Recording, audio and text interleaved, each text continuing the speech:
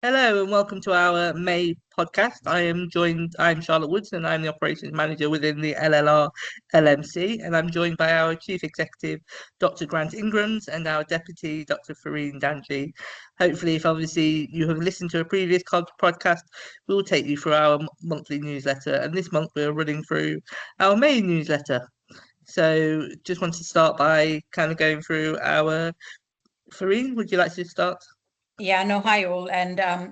So basically we didn't really have a meeting of the LMC board in May because half of us were over in Belfast for the GP LMC UK conference actually, which was really, really interesting, sort of spread over 3 days. And there was a lot of learning that we learned and obviously had motions that we debated. There's a lot of information in the newsletter about the conference and the motions that were proposed by your LMC and what they were about. So please have a look at the newsletter for more details about that, just to keep you abreast about what's going on across the country as well. The next thing that we were going to look at covering was around all the different petitions we've got, Grant, that are going on. So I thought I'd bring you in. You can tell us about all the things people can stick their signatures for. We get lots of requests for petitions, but there's a few sort of quite important ones which have come up recently. The links are all in the newsletter, and apologies that the newsletter this month is even later than it is normally. All my fault. Okay, but we're here at last. So, I mean, just running through them. So we've got the Rebuild General Practice, which is partly funded by the GBDF, which is that they're doing about a petition calling upon the government to restore capacity, protect continuity of care, and secure the future of the family doctor model. So if you believe that the government should be funding us properly and allowing us to get on and do the proper job that we want to do, then please sign that one. Then there's a 38 Degrees petition demanding that the new Health Secretary, Mr. James Murray, removes Palantir as being a supplier to the NHS.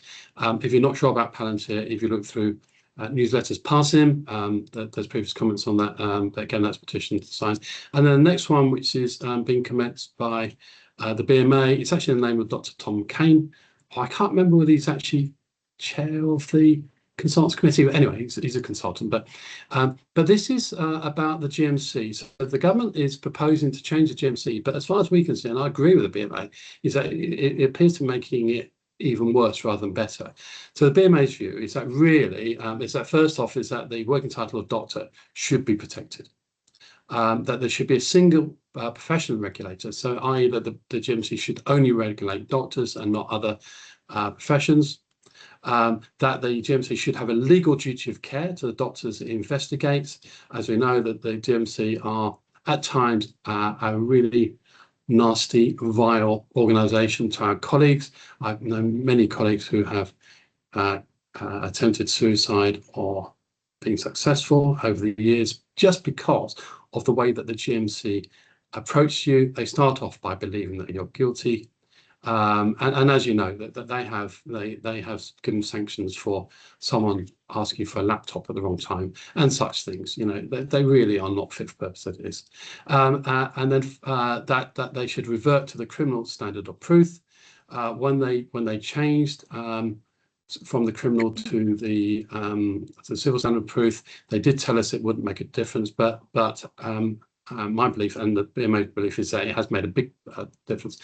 And the difference is that, you know, criminal standard proof is that you have to prove beyond reasonable doubt that what was claimed to have happened, whereas otherwise, and what they're working on at the moment is on the balance of probability. So if it could have happened, then that's enough to put your ability to work at risk, which I said at the time I thought was appalling, and the BMA is now doing that. And then finally, is disallowing the GMC to be able to appeal the tribunal decisions if the GMC does not feel that they're harsh enough. The MPTS does a good job. Actually, I think they're much better than GMC.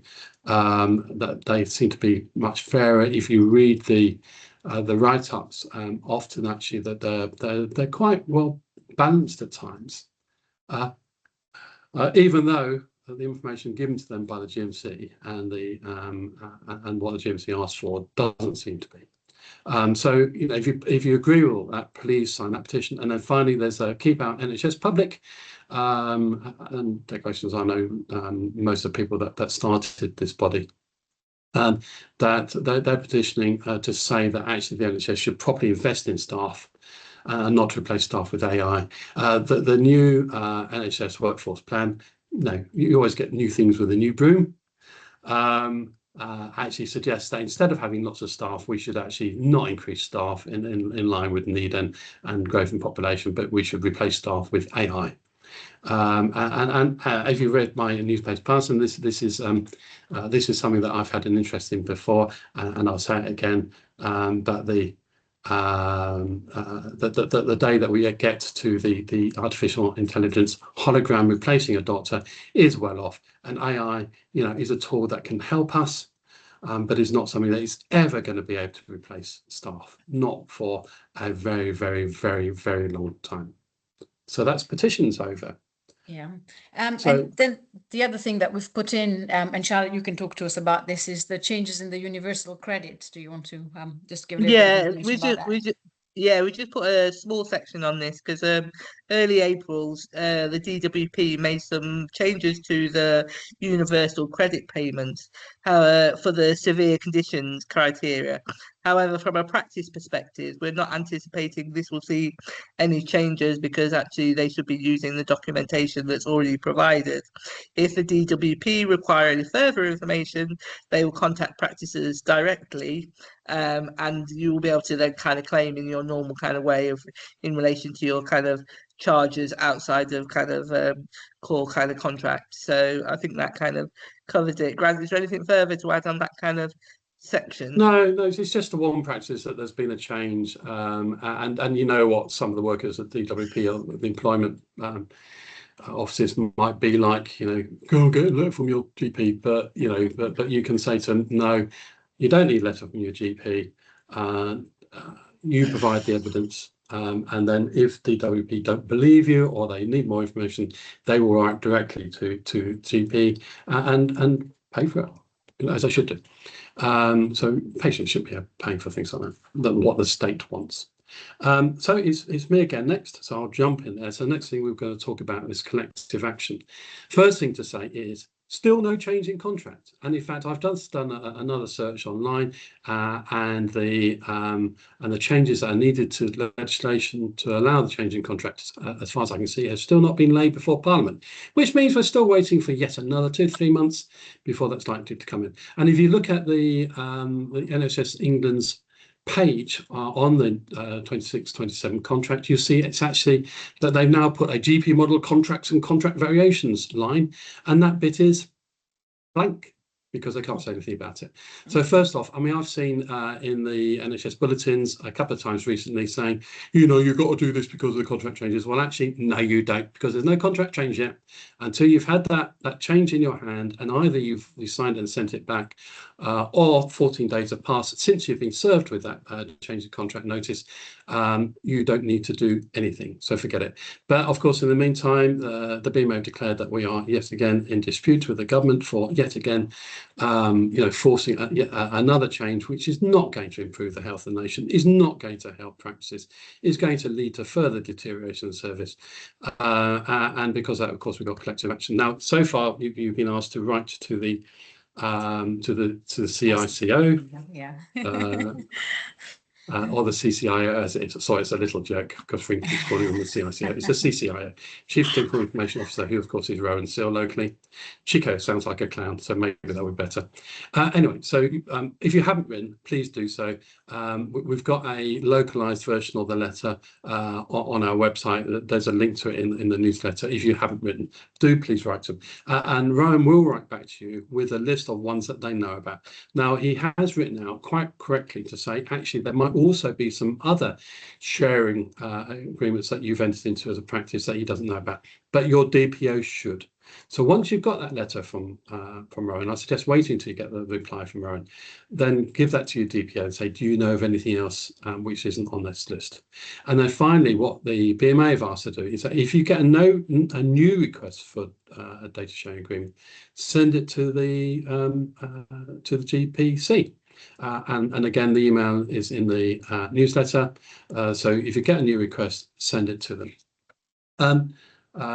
If we get it first, we'll send it and say, you don't have to. But if you get a new one and you haven't heard from us, you could check with the office first if you like, but otherwise just send it to the BMA. And then from the 1st of June, which happens to be today, we've got a new bit where the BMA is recommending that you turn off, and this time do not turn back on again, medicines optimization software. So the little bit that goes ping and says this month you should be prescribing this particular version of that drug rather than another one, ignore it. So you just get on and you prescribe what you think is in the patient's best interest. Okay, so and so hopefully that will make your lives even a little bit easier. And I think coming back to that, the whole idea about collective action this time is that everywhere in the country we're all doing exactly the same thing as opposed to last time. So that's why we're following what's coming from the BMA piece by piece, isn't it? Really? So, yeah, absolutely. And we've had questions about, is this it? Is this it's going to be? No, it's not. No. Of course it's not. But it's going to be slowly ramped up. Yeah. It's the boiled frog principle. You keep going, keep building up until they say, yeah, water's too hot now. We've got to do something about it. Exactly. They can at any time, of course, that they can step in and change it. But will they? Will the new Secretary of State have a Damascus experience? I really doubt it. But never mind. We can always hope. We can always live in hope. And next is me again. Tirzepatide and semaglutide. Semaglutide, yeah. I get this one because apparently no one else can pronounce tirzepatide. Anyway, so tirzepatide for obesity, the ICB has written a position statement from their point of view, which from our point of view is so wrong as to be, a worthless bit of paper. If you don't download it, if you do, you might want to, I don't know, recycle it as a firelight or something. So anyway, so if you get it and you haven't heard something from us to say, actually, they've rewritten it and we now think it's okay, ignore it. Okay, first off, is that they're implying that they can mandate you to prescribe tirzepatide. Of course you can't. Of course they can't. Your contract makes it very clear. It's up to you to decide in discussion with the patient, but it's up to you to decide as a practice what you do, how you deliver services. And there's no mandation. There's no way can they mandate this. And of course, you're not funded and you're not contracted to do it. And as Stephen Kinnock, Minister of State, has said, actually, if you're not don't have capacity to prescribe stuff, then don't do it. Said that actually that's very reasonable on clinical or capacity grounds for practice to say that. So I mean, that's about tirzepatide, and unfortunately, they still haven't commissioned anyone to provide the service in the LLR. So all you can say to the patient is, I'm afraid at the moment, and then here's a number or the address for the ICB for you to send your complaints to. And if you are pally or speaking terms with your MP, you might want to discuss it with them as well. But one of the interesting things that there is, of course, is that this is a technology appraisal. Now, there is a bit of legislation which actually says that the ICBs have to commission technology appraisals. They've got no option about it. That bit of legislation also goes on to say that they have to fund it out of the ordinary allocation that they get under the 2006 Act, which basically is the money that they get from the government. So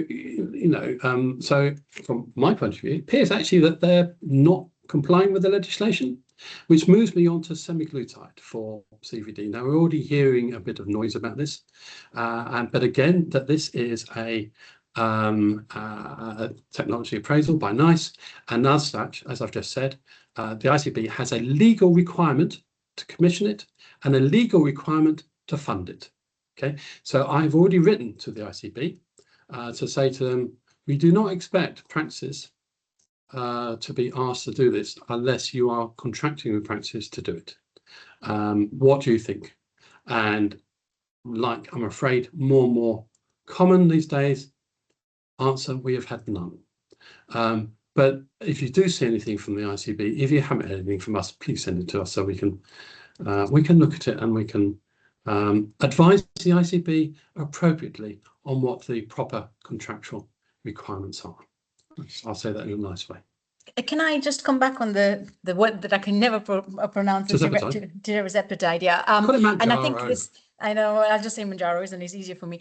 It's the bit, sometimes practices confuse the bit in cough with that. So I think it might just be helpful just to spell out that cough doesn't pay for it, isn't it? Yeah, absolutely. So cough, and being one of the people that designed cough a long time ago, I was young and had a forehead of hair then.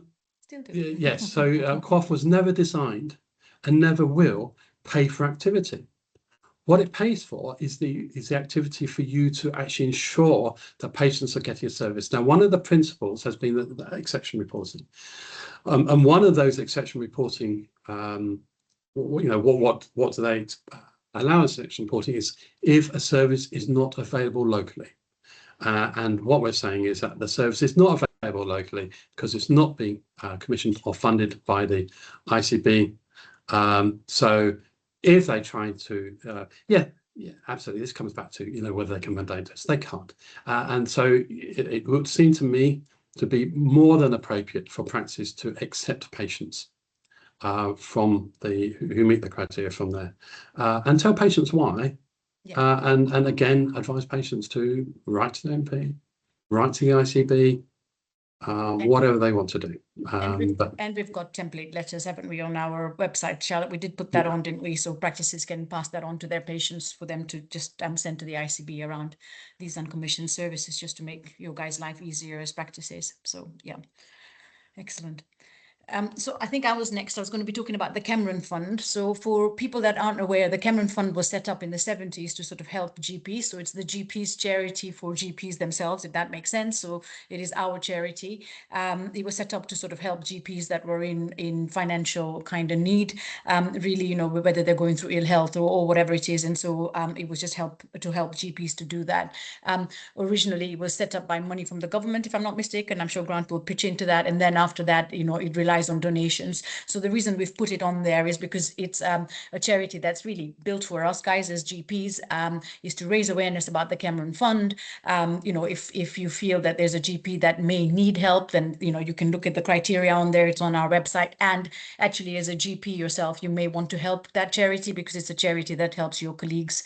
It also helps, I think, ST3s, if I'm not mistaken, so you can help with sort of funding for exams and stuff like that, doing like a non-interest paying loan, if that makes sense, for them to be able to pay for their exams, etc. But yeah, there's all this criteria. I think it's really important that we support our own, and it's nice that we have a charity that's for GPs. And actually, having come back from conference a couple of weeks back, you can sort of see the stories, and there are sort of stories of all the it's things that could happen to any one of us. It could be ill health, it could be anything, and so you may think that you may never need it, but actually when you see some of the stories, it really pains your heart because it could be any one of us really. So I'm just going to push that a little bit more, guys, and have a look at the Cameron Fund. As an LMC as well, we do help sometimes, don't we? We send some, we support the Cameron Fund, the LLRLMC, but yeah, as individuals, that's something that would be quite helpful for your colleagues.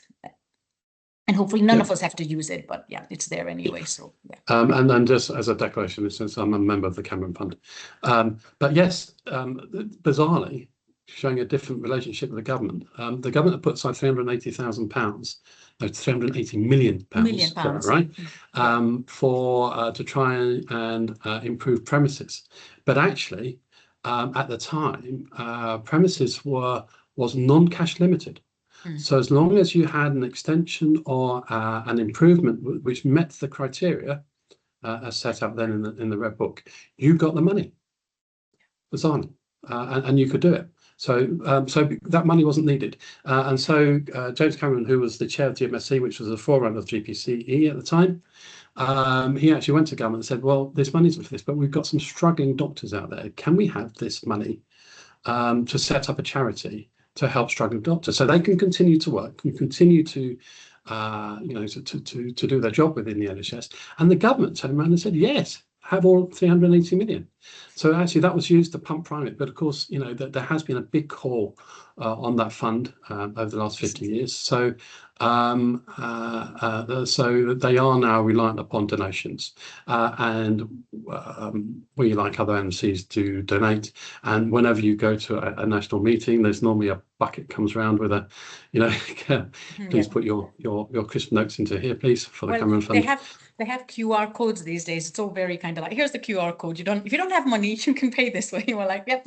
And there's also, I don't know if they still do, because I haven't been able to get to the last MNC conference, but there's normally agreement that if you act inappropriately, or you vote wrongly, or you lose your voting slip, you have to give a donation to the Cameron Fund.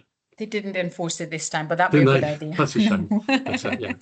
Anyway, so so it's important. It's important because, you know, as you say, you never know whether you, or think about it for colleagues. You know, you've got a colleague that you know that is from no fault of their own, you know, in real financial straits. Then have a look at criteria. Give them the contact details. Yeah, absolutely. So I think that kind of covers the main items of our newsletter for this kind of month, but obviously we've got more kind of information and details within our newsletter. We hope that kind of gives you a bit of a snapshot and a bit more of a kind of a personal kind of experience of obviously the newsletter in a bit kind of more kind of detail. I'm just kind of going to collude obviously the kind of the newsletter. People might have noticed that obviously they've got to the end of our newsletters, and they would have noticed that kind of Grant has been kind of writing little kind of footnotes around his kind of health journey, and we kind of agreed that and he wants to kind of speak about that kind of today. So Grant, I'm just going to pass over to you to kind of share some words, if that's all right. Yeah, I just think sometimes it's just better to be open and honest about these things. I've had colleagues that I knew really well who have disappeared because of health things that I didn't know about, and I thought after that was actually a shame. So I'm willing to share. So the operation was because October last year I noticed some strange things, and then I convinced myself I had a brain tumour, as you do. My GP wasn't so sure, so I had to persuade them. But unfortunately, I was right. Sometimes you really wish that you'd been wrong. And so the operation I had was to debulk it. So I moved about 90% of it. It was a big tumour. It was a cylindrical, about 6 centimetres long by 2.6 centimetres wide, so diameter. So as you can see, it's actually quite a big bit of my brain that I'm now missing. Lots of people say it made no difference. But unfortunately, I couldn't get it all out. And it is, unfortunately, it's come back as being high grade, incurable, I'm afraid. So at the moment, and this is the reason why the newsletter is, at the moment, I'm having combined chemotherapy and radiotherapy, which does, you know, if you've got any patients do it, go through it, it actually does really take it out of you. So I'm having that daily as palliative care. But I still intend to be here as long as I can still annoy the ICB and try and sort things out for general practice. I will still fight the good fight, as we say. So I hope to be around for a bit longer. But really, that's just to give you an update. I'm not looking for sympathy. I'm not looking for lots of replies. But I just wanted to let people know, and also really as an apology, because you know I know some of you. Well, I've replied. The replies have been much more tardy than I would have done in the past. But that's why I normally get a window of an hour or two a day when I can really get on and write some really nice replies to the ICB. And NHS England and other such people. So you know that's just where we are.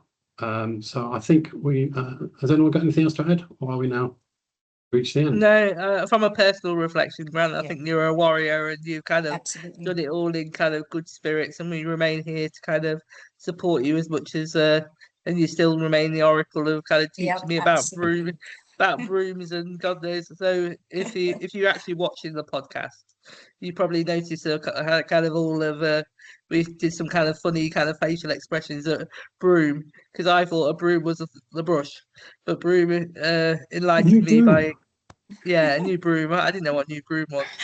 So Grant educates me daily on these random and weird and wonderful things. So it expands my knowledge, and I'm forever grateful. So Yeah, no, and I would echo that completely, Grant. I mean, you're completely inspirational, like I say, to be able to go through everything that you're going through and still answer our emails and keep us in check. It's just it's absolutely humbling. I am the chemo means I am losing my hair. So if next time I'm in a bright pink wig or something, it isn't because I've lost my mind. It's because it's the only one I can find to bless fit. you. Bless you. Okay, so but that's you all are for this. You are continuing, aren't you, as within the for LMC? as long as I possibly can. For as long as I've got fight left in my body, and long may it be. And long may it be. Then I will be. Okay, so that's all for this month, and I do plan to catch up next month, and hopefully I'll get the newsletter out in a bit more timely fashion next month. So, farewell all. Thanks all. Bye.